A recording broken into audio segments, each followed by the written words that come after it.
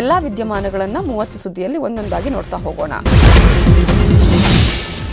ಕರ್ನಾಟಕದಲ್ಲಿ ದಿನೇ ದಿನೇ ಕೋವಿಡ್ ಸೋಂಕಿನ ಪ್ರಮಾಣ ಏರ್ತಾನೆ ಇದೆ. ಇವತ್ತು ಸಹ 30,000ಕ್ಕೂ ಹೆಚ್ಚು ಹೊಸ ಕೊರೋನಾ ಪ್ರಕರಣಗಳು ಪತ್ತೆಯಾಗಿದೆ. 24 ಗಂಟೆಗಳಲ್ಲಿ ರಾಜ್ಯದಲ್ಲಿ 34,047 ಕೇಸ್ ದೃಢಪಟ್ಟಿದ್ದು, ರಾಜಧಾನಿ ಬೆಂಗಳೂರಿನಲ್ಲಿ 21,071 ಕೇಸ್ ಪತ್ತೆಯಾಗಿದೆ. ಇನ್ನು ದಿನದಿಂದ ದಿನಕ್ಕೆ ಸಾವಿನ ಪ್ರಮಾಣ ಏರಿಕೆಯಾಗ್ತಾ ಇದ್ದು, ಒಂದಂಕಿಯಿಂದ ಇವತ್ತು 2 ಅಂಕಿಗೆ ಸಾವಿನ ಸಂಖ್ಯೆ ಹೆಚ್ಚಾಗಿದೆ. 13 ಮಂದಿ ಸೋಂಕಿನಿಂದ ಮೃತಪಟ್ಟಿದ್ದಾರೆ. ಇನ್ನು 5,902 ಮಂದಿ ಗುಣಮುಖರಾಗಿ ಡಿಸ್ಚಾರ್ಜ್ ಆಗಿದ್ದಾರೆ. ಇವತ್ತು ಪಾಸಿಟಿವಿಟಿ ದರ 19.29%.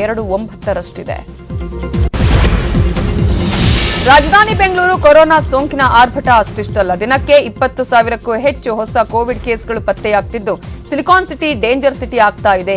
ಆಸ್ಪತ್ರೆ ಸೇರಿರುವವರ ಸಂಖ್ಯೆ ಕಡಿಮೆ ಇದ್ರೂ ಹೋಮ್ ಐಸೋಲೇಷನ್ನಲ್ಲಿ ಬೆಂಗಳೂರು ದಾಖಲೆ ಬರೆದಿದೆ. ಸಿಲಿಕಾನ್ ಸಿಟಿಯಲ್ಲಿ ಬರೋಬ್ಬರಿ 8 ಲಕ್ಷ ಸೋಂಕಿತರು ಹೋಮ್ ಐಸೋಲೇಷನ್ ಆಗಿರುವ ಸಾಧ್ಯತೆ ಇದೆ. ಹೋಮ್ ಐಸೋಲೇಷನ್ನಲ್ಲಿ ಇರುವವರ ಮೇಲೆ ನಿಗಾ ಇಡಲು ಹೋಮ್ ಐಸೋಲೇಷನ್ ನೋಡಲ್ ಆಫೀಸರ್ ಆಗಿ ಪಂಕಜ್ ಕುಮಾರ್ ಪಾಂಡೆ ನೇಮಕ ಮಾಡಲಾಗಿದೆ. ಚಿಕಿತ್ಸೆ ಕೊಡಿಸಲು 5ನೇ ಸೆಮಿಸ್ಟರ್ನಲ್ಲಿರುವ 10,000 ವೈದ್ಯಕೀಯ ವಿದ್ಯಾರ್ಥಿಗಳನ್ನು ಬಳಸಿಕೊಳ್ಳಲು ನಿರ್ಧಾರ ಮಾಡಲಾಗಿದೆ. ಪ್ರತಿದಿನ ಕರೆ ಮಾಡಿ ಸೋಂಕಿತರ ಆರೋಗ್ಯ ವಿಚಾರಣೆ ಮಾಡಲಾಗುತ್ತೆ. ನ್ಯೂಸ್ 18 ಕನ್ನಡಕ್ಕೆ ಪಾಲಿಕೆ ಆರೋಗ್ಯ ಮೂಲಗಳು ಮಾಹಿತಿಯನ್ನ ನೀಡಿವೆ.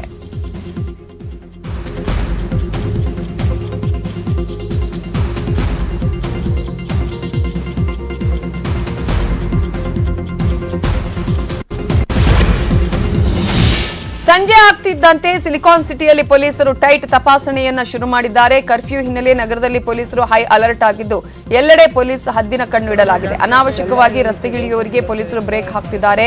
ಅನಗತ್ಯ ಓಡಾಟ ನಡೆಸುವ ವಾಹನಗಳನ್ನು ಸೀಸ್ ಮಾಡಲಾಗ್ತಿದೆ. ಇವತ್ತು ಬೆಂಗಳೂರು ನಗರದಲ್ಲಿ ಮಾಸ್ಕ್ ಧರಿಸದವರು, ಸಾಮಾಜಿಕ ಅಂತರ ಕಾಪಾಡದವರ ವಿರುದ್ಧ ದೂರು ದಾಖಲಾಗಿದ್ದು, ಒಂದೇ ದಿನ 758 ಕೇಸ್ ದಾಖಲಾಗಿದೆ. ಕೇಸ್ ದಾಖಲಿಸಿ 1,89,500 ರೂಪಾಯಿ ದಂಡ ವಸೂಲಿ ಮಾಡಲಾಗಿದೆ. ಇದುವರೆಗೆ ಕೊರೋನಾ ನಿಯಮ ಉಲ್ಲಂಘಿಸಿದವರಿಂದ 90,26,500 ರೂಪಾಯಿ ದಂಡ ವಸೂಲಿ ಮಾಡಲಾಗಿದೆ. ಭಾರತದಲ್ಲಿ ಲಸಿಕಾ ಅಭಿಯಾನ ಆರಂಭವಾಗಿ 1 ವರ್ಷ ಪೂರ್ಣಗೊಂಡಿದೆ. ಈ ಅಭಿಯಾನದಲ್ಲಿ ಇಲ್ಲಿವರೆಗೆ ಒಟ್ಟು 156 ಕೋಟಿ ಡೋಸ್ ಲಸಿಕೆ ನೀಡಲಾಗಿದೆ. ಕೇಂದ್ರ ಆರೋಗ್ಯ ಸಚಿವ ಮನ್ಸುಖ್ ಮಾಂಡವ್ಯ ಇದಕ್ಕೆ ಕಾರಣರಾದ ಎಲ್ಲರಿಗೂ ಧನ್ಯವಾದ ಸಲ್ಲಿಸಿದ್ದಾರೆ. ಪ್ರಧಾನಿ ನರೇಂದ್ರ ಮೋದಿ ಅವರ ನೇತೃತ್ವದಲ್ಲಿ ಎಲ್ಲರ ಪ್ರಯತ್ನದಿಂದ ಪ್ರಾರಂಭ ಆಯಿತು. ಪ್ರಸ್ತುತ ಇದು ವಿಶ್ವದ ಅತ್ಯಂತ ಯಶಸ್ವಿ ಲಸಿಕೆ ಅಭಿಯಾನವಾಗಿದೆ. ಈ ಯಶಸ್ಸಿಗೆ ಕಾರಣರಾದ ಎಲ್ಲ ಆರೋಗ್ಯ ಕಾರ್ಯಕರ್ತರು, ವಿಜ್ಞಾನಿಗಳು ಹಾಗೂ ದೇಶದ ಪ್ರಜೆಗಳಿಗೆ ಅಭಿನಂದನೆ ಅಂತ ಹೇಳಿದ್ದಾರೆ. ಮೈಸೂರಲ್ಲಿ ಅಂತಾರಾಷ್ಟ್ರೀಯ ಪ್ರಯಾಣ ಬೆಳೆಸಬೇಕಾದವರಿಗೆ ಕೋವಿಡ್ ರಿಪೋರ್ಟ್ ಅಲ್ಲಿ ಗೊಂದಲ ಸೃಷ್ಟಿಯಾಗಿದೆ. ರಿಪೋರ್ಟ್ ಗೊಂದಲಕ್ಕೆ ಅತ್ತ ವಿದೇಶಿ ಪ್ರಯಾಣವೂ ಇಲ್ಲ, ಹಾಕಿದ ಹಣವೂ ಇಲ್ಲ. ಗೊಂದಲದ ಗೂಡಾಗಿದೆ ಕೋವಿಡ್ ನೆಗೆಟಿವ್ ವರದಿ. 4 ದಿನಗಳ ಅಂತರದಲ್ಲಿ 4 ಬಾರಿ ಪರೀಕ್ಷೆಗೆ ಒಳಪಡಿಸಲಾಗಿದ್ದು, 2 ಬಾರಿ ಪಾಸಿಟಿವ್, 2 ಬಾರಿ ನೆಗೆಟಿವ್ ಬಂದಿದೆ. ಜನವರಿ 14ರಂದು ದುಬೈಗೆ ಪ್ರಯಾಣಿಸಬೇಕಾಗಿದ್ದ ಗುರುಪ್ರಸಾದ್ ಹಾಗೂ ದೀಪಕ್ ರಿಪೋರ್ಟ್ನಲ್ಲಿ ಗೊಂದಲ ಉಂಟಾಗಿದೆ. ಏರ್ಪೋರ್ಟ್ನಲ್ಲಿ ಟೆಸ್ಟ್ ಮಾಡಿದಾಗ ಕೋವಿಡ್ ಪಾಸಿಟಿವ್ ಬಂದಿದೆ. ಜನವರಿ 15ರಂದು ಮತ್ತೆ ಮೈಸೂರಿನ ಜೆಎಸ್ಎಸ್ ಆಸ್ಪತ್ರೆಯಲ್ಲಿ ಕೋವಿಡ್ ಪರೀಕ್ಷೆ ಮಾಡಿಸಿದಾಗ ನೆಗೆಟಿವ್ ಬಂದಿದೆ. ವೀಕೆಂಡ್ ಕರ್ಫ್ಯೂಗೆ ಕಾರವಾರದಲ್ಲಿ ಜನ ಡೋಂಟ್ ಕೇರ್ ಅಂತಿದ್ದಾರೆ. ಇವತ್ತು ಕಾರವಾರ ಮೀನು ಮತ್ತು ತರಕಾರಿ ಮಾರುಕಟ್ಟೆ ಫುಲ್ ರಶ್ ಆಗಿತ್ತು. ಮಾರುಕಟ್ಟೆಯಲ್ಲಿ ವಿವಿಧ ವಸ್ತುಗಳ ಖರೀದಿಗೆ ಬಂದ ಜನ ಸರ್ಕಾರದ ರೂಲ್ಸ್ ಪಾಲಿಸದೆ ನಿರ್ಲಕ್ಷ್ಯ ತೋರಿದ್ದಾರೆ. ಪೊಲೀಸರು ಕೇಳಿದರೆ ಮೆಡಿಕಲ್ ನೆಪ, ಅಗತ್ಯ ವಸ್ತು ಖರೀದಿ ಅಂತ ಹೇಳ್ತಾ ಓಡಾಡ್ತಿದ್ದಾರೆ. ಮುಖ್ಯ ರಸ್ತೆಗಳಲ್ಲಿ ಎಂದಿನಂತೆ ಜನಸಂಚಾರವೂ ಇತ್ತು. ಯಾದಗಿರಿ ಜಿಲ್ಲೆ ಶಹಾಪುರ ತಾಲೂಕು ಆಸ್ಪತ್ರೆಯಲ್ಲಿ ಆರೋಗ್ಯ ಇಲಾಖೆ ನಿಷ್ಕಾಳಜಿ ಎದ್ದು ಕಾಣುತ್ತಾ ಇದೆ. ಕೋವಿಡ್ ಟೆಸ್ಟಿಂಗ್ ಸೆಂಟರ್ ಬಳಿಯೇ ಆರ್ಟಿಪಿಸಿಆರ್ ಕಿಟ್ ಹಾಗೂ ಸ್ವಾಬ್ ಕಿಟ್ಗಳು ಬಿದ್ದಿವೆ. ಸ್ವಾಬ್ ಟೆಸ್ಟ್ಗೆ ತೆಗೆದುಕೊಂಡ ಸ್ಯಾಂಪಲ್ ಸಹ ಟೆಸ್ಟ್ ಸೆಂಟರ್ ಬಳಿ ಬಿದ್ದಿದೆ. ಆರೋಗ್ಯ ಇಲಾಖೆಯ ದಿವ್ಯ ನಿರ್ಲಕ್ಷ್ಯಕ್ಕೆ ಕೋವಿಡ್ ಮತ್ತಷ್ಟು ಹೆಚ್ಚಾಗುವ ಸಾಧ್ಯತೆ ಇದೆ.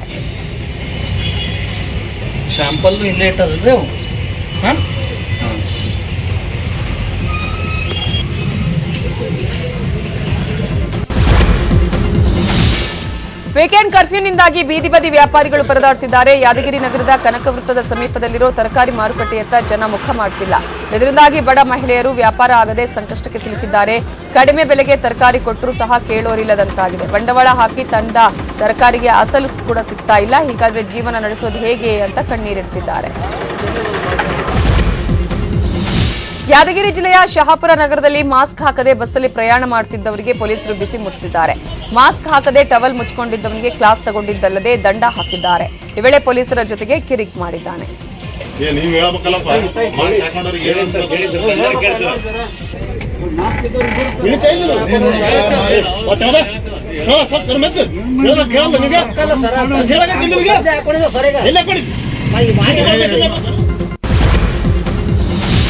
ಕೊಪ್ಪಳದಲ್ಲಿ ವೀಕೆಂಡ್ ಕರ್ಫ್ಯೂ ನಡುವೆಯೂ ಕೋಳಿ